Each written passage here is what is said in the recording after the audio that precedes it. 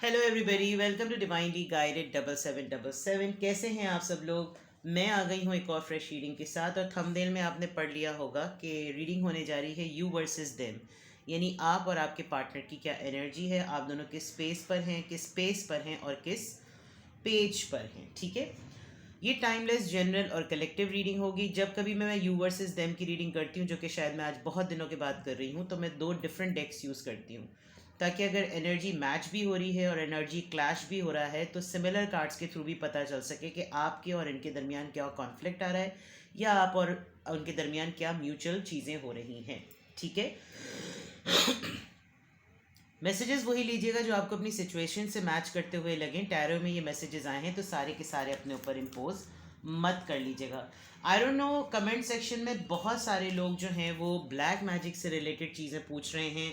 मुझे personal message करके लोग ब्लैक मैजिक से रिलेटेड पूछ रहे होते हैं। ओ भाई, मैं कोई काला जादू, टोना पिंटा पुंडा पंडाली कुछ नहीं करती।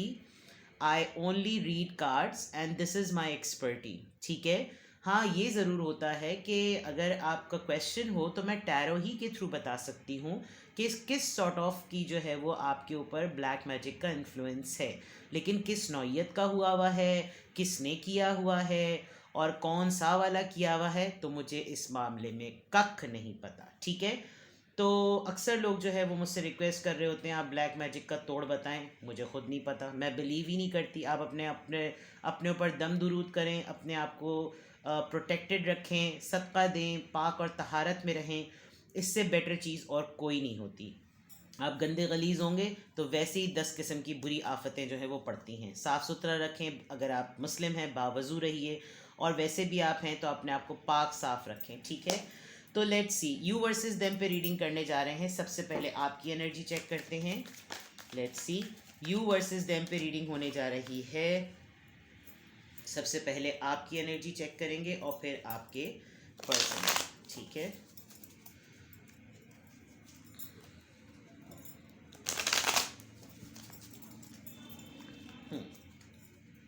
You versus them, you versus them. सबसे पहले व्यूअर की एनर्जी चेक करेंगे। Cards for my viewers, cards for my viewers. 7 of Pentacles, Ace of Wands, 10 of Cups.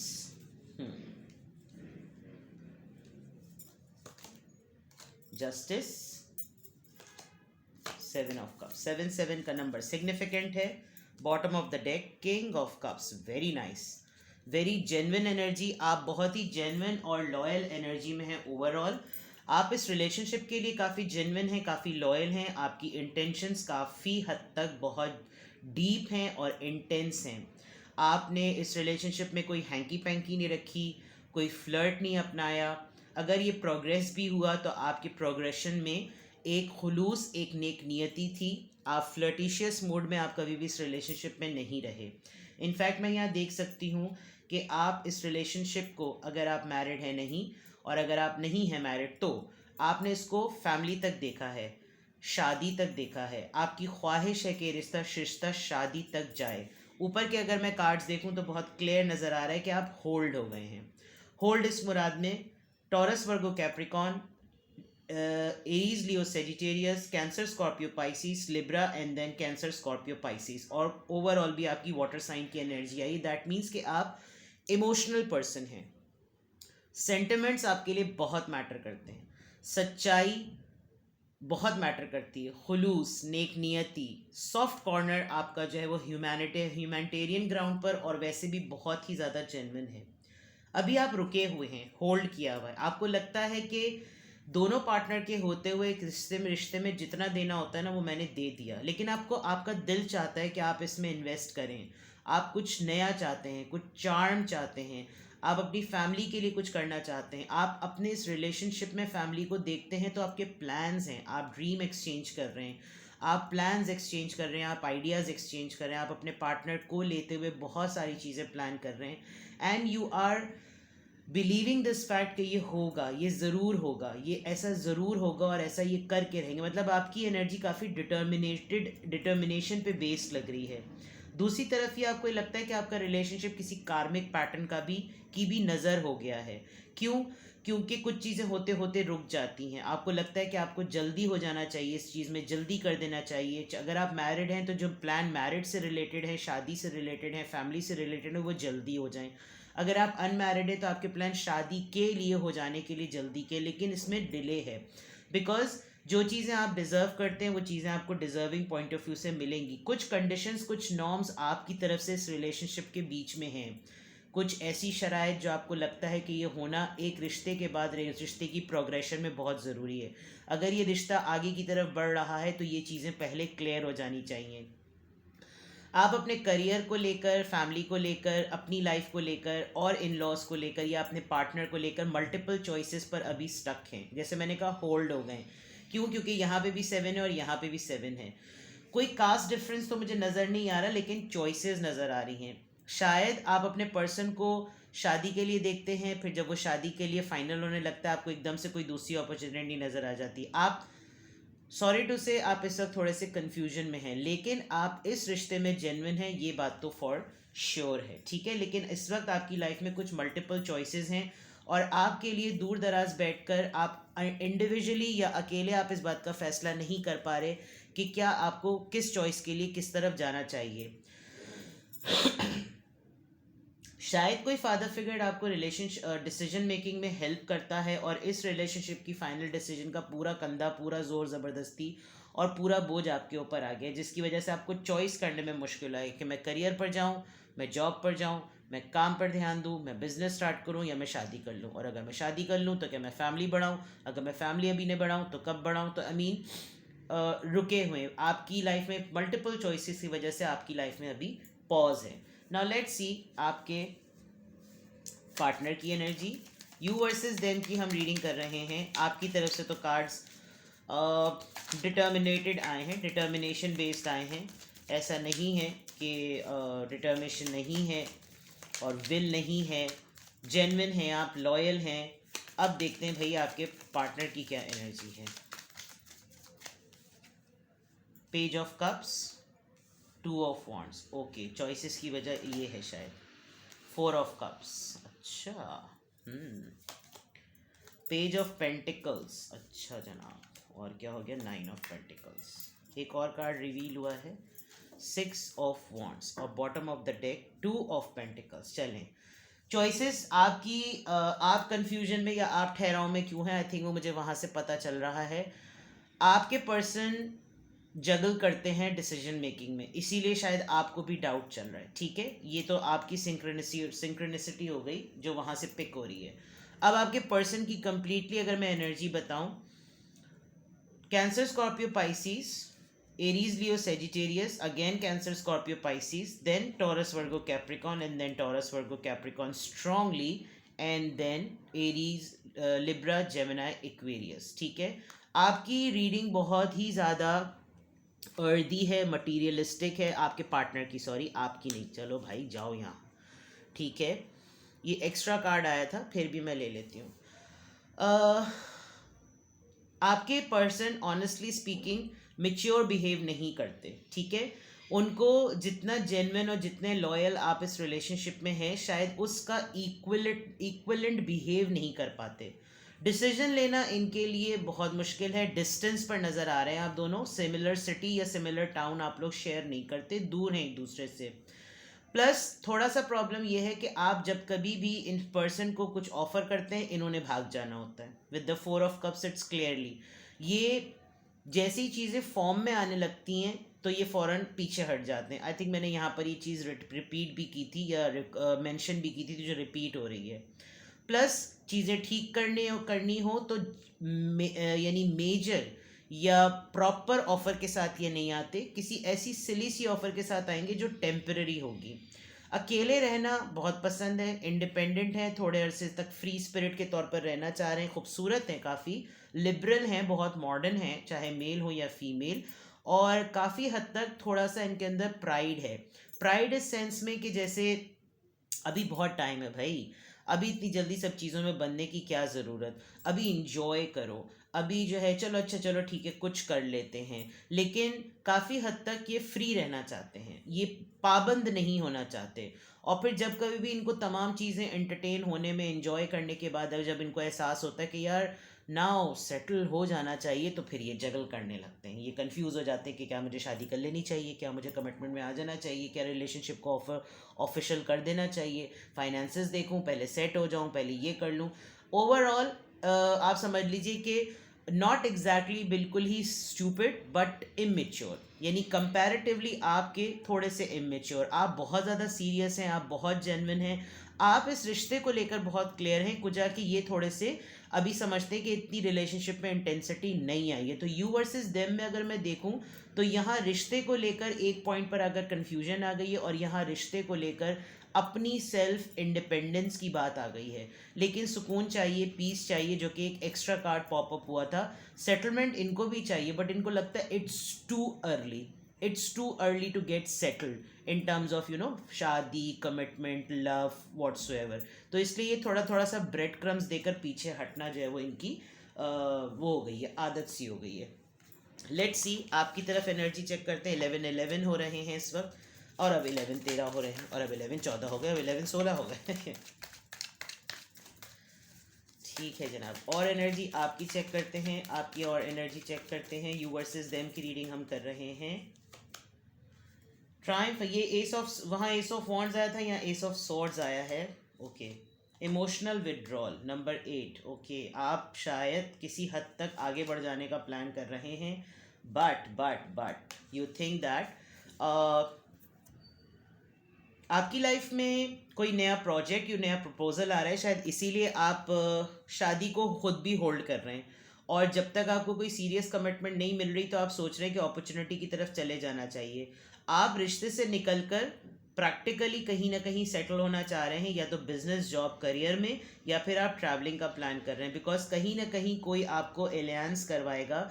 May be आपका पहले कहीं ट्रैवल कर जाना और फिर बाद में पार्टनर को बुला लेने का भी प्लान है, लेकिन उसके लिए आपको ये लग रहा है कि जब मैं इतनी पूरी एफर्ट करूं और फिर मैं ही सब कुछ करूं, बाद में बुलाऊं भी इसको, तो फिर इसका रोल क्या है। तो दिस इज़ समथिंग, आपको किसी चीज़ में कोई अचीवमेंट मिलने वाली है और बहुत स्पीड में मिलने वाली है, ये मैं आपको देख सकती हूँ ट्रायम्फ एंड सक्सेस से। मतलब कुछ आपको जो है क्लैरिटी मिलेगी, आपको कोई नया प्रोजेक्ट मिलेगा, कोई नया प्रपोजल मिलेगा, कोई नई ऑफर मिलेगी, जिसमें आप शायद खुद कन्फ्यूजन का शिकार यहाँ पर 7 ऑफ कप से लग भी रहा था, और आप होल्ड भी हैं। बट इसके लिए आपको शायद डिटैच होना पड़े अपने रिश्ते से, और जैसे ही आप डिटैच होंगे, the moment you'll decide, may be आपका यूनियन हो जाए, और मे बी ये पर्सन आपको कहें कि नो, होल्ड ऑन, आगे मत बढ़ो, अभी वेट करो। ठीक है, लेट्स सी आपके पर्सन की तरफ क्या एनर्जी है।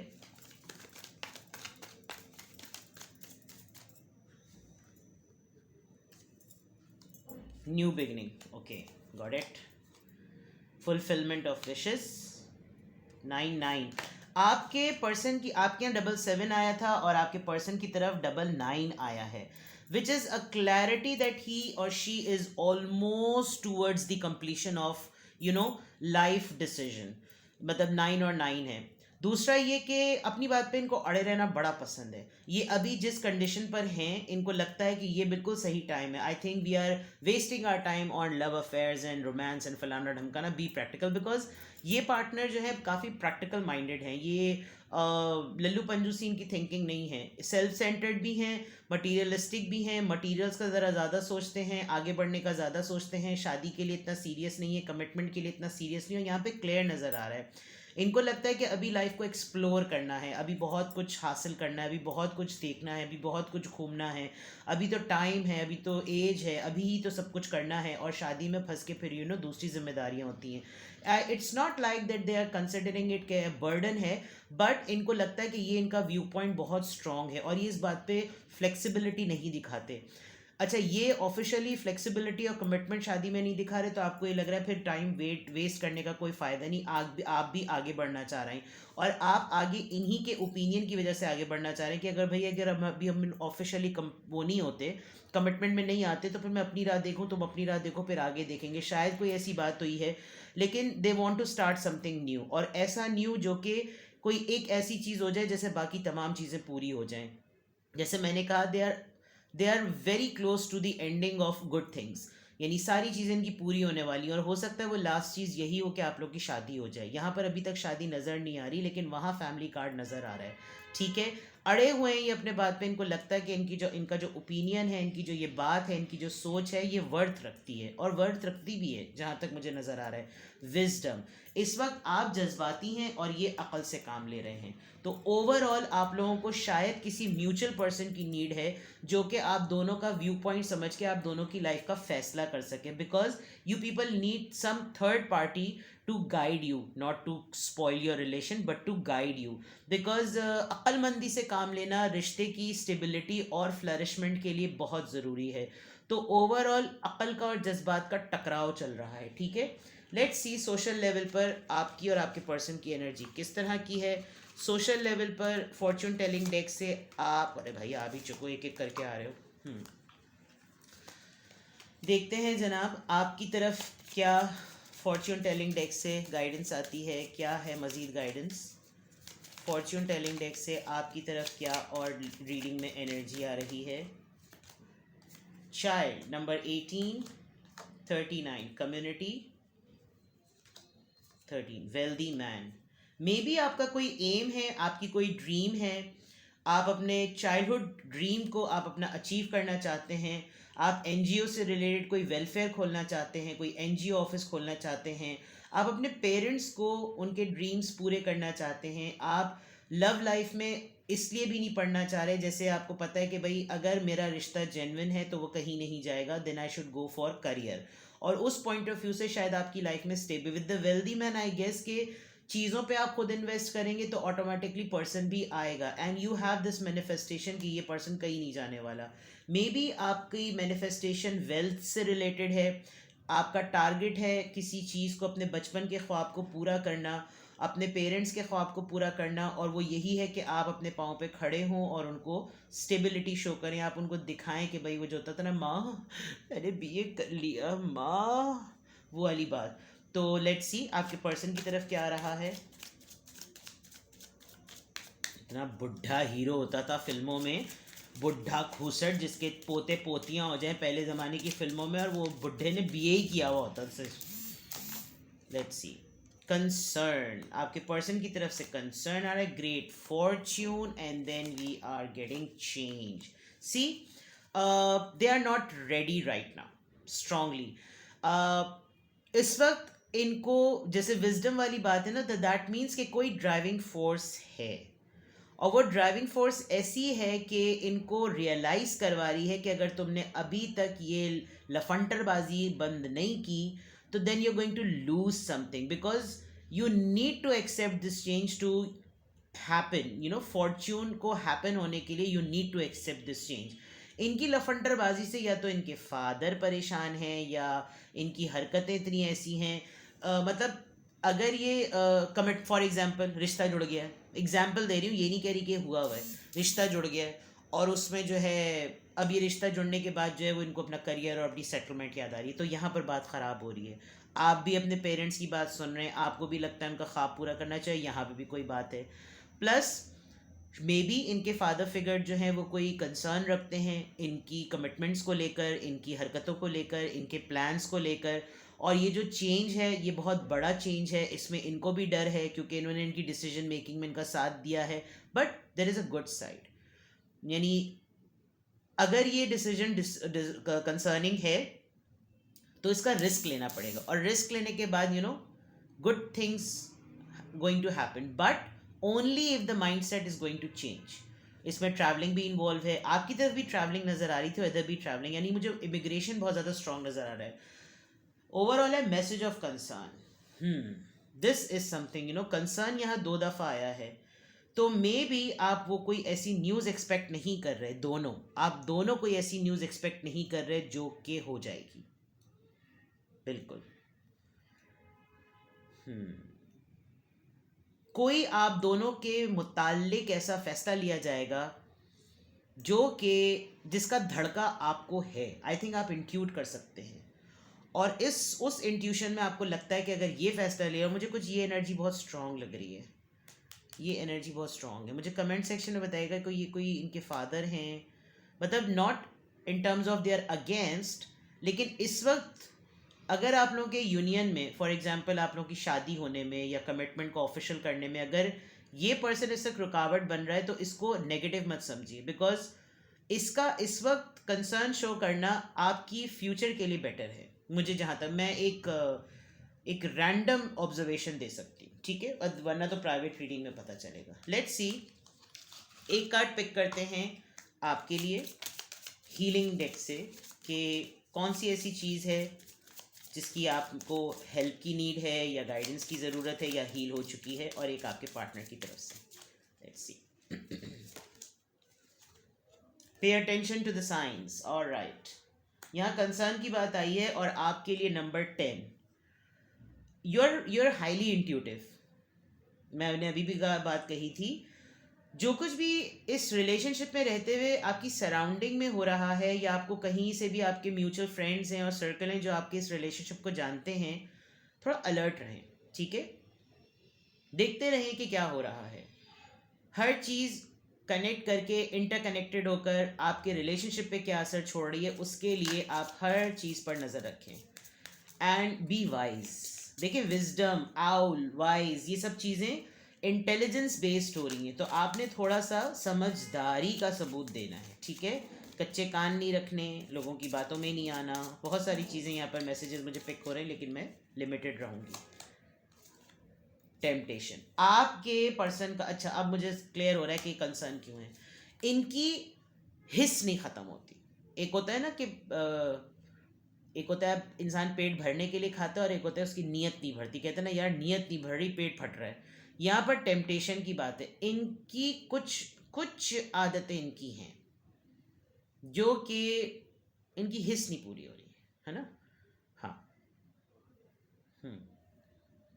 And now I am getting very right vibes कि ये जो है ना, ये सही कंसर्न है, बिकॉज ऐसी एनर्जी का फैमिली में होना बहुत अच्छी बात होती है। Bottom of the deck, beauty. Okay, ऐत दिल फेंक सी, ऐत खूबसूरती देख नू फ्लैट हो जाते हैं, but you are also very beautiful. तो खूबसूरती जो है ना वो बीच में आ रही है। चले, अगर ये रीडिंग आपकी है यू वर्सेस देम की, ठीक है ना, क्योंकि आपने तो देख ली वर्सेस देम, देम तो पता नहीं कहाँ खोए हुए, ब्यूटी में खोए हुए, तो देख लेते हैं कि जनाब आपके लिए क्या एडवाइस है। सही है, पहले लॉ ऑफ कार्ड्स देख लें, नहीं चलो इसी से देख लेते हैं। अगर ये आपकी रीडिंग है तो आपके लिए क्या एडवाइस, यू वर्सेस देम में अगर आपकी रीडिंग है,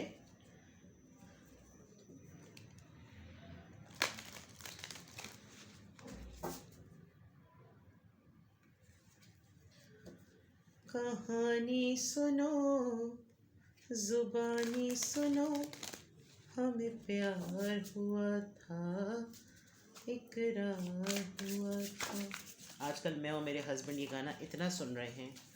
हम लोग ना जब चीज़ मशहूर हो जाती है, मशहूर होकर फुस हो जाती है, हमको तब ख्याल आता है। एंड आई एम लाइक, मुझे अच्छी ही चीज़ें अच्छी लगती हैं, मतलब जब वो फेमस हो जाएं, ड्रामे हो, फिर मूवीज़ हो, जब मुझे हर चीज़ का रिव्यू पता चल जाता है this is the best, then I invest my time. तो आजकल हमें transformation, keep growing, keep working, don't hold anything over your dreams. कुछ भी मत रोकिए। आपके जो ख्वाब हैं, जो अचीवमेंट्स आपकी हैं, आपके जो टारगेट्स हैं, आपके जो गोल्स हैं, आप उस पर काम करते जाएं।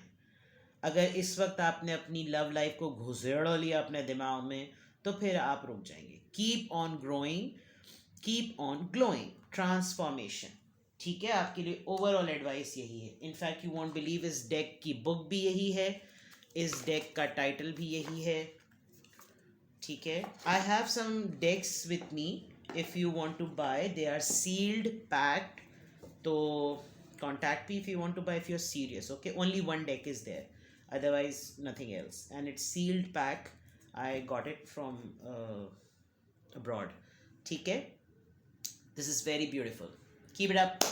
प्राइवेट रीडिंग्स के लिए अच्छा, कुछ लोग कह रहे हैं भाई उनको तो नंबर ही नहीं मिल रहा। प्लीज़ 92 का कोड एंटर करें and then connect me. Pakistan code है 92, पाकिस्तान के लोगों को मेरा नंबर नहीं मिल रहा, this is quite surprising, so you need to enter the code and I am there. ठीक है, वीकेंड करीब आ रहा है, ऑल दो सैटरडे नाइट तक आई एम बुक्ड, बट मैं सैटरडे वीकेंड नाइट को भी मैं लगा लेती हूँ. ठीक है जनाब, तो अपना बेहद ख्याल रखिएगा. Take care, love you all, bye bye.